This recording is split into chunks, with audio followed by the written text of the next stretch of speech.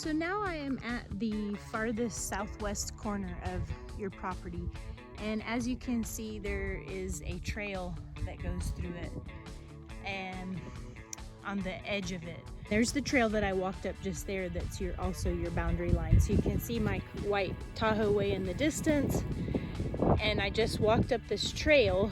That's the southern edge of your spot. Then there's two sign markers there that brought me to the southwest edge, and now I'm here. This is called the Summit Trail, and people would go to the summit of this mountain. So I'm just kind of trying to see now where this breaks off onto your spot, and I'll take a video at that spot.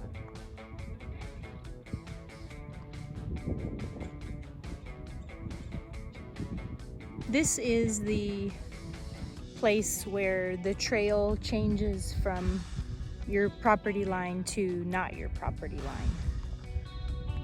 So those telephone poles, those electric poles, that's your property line looking southwest. And then now I'm looking east. Your property line is there. Then where my white car is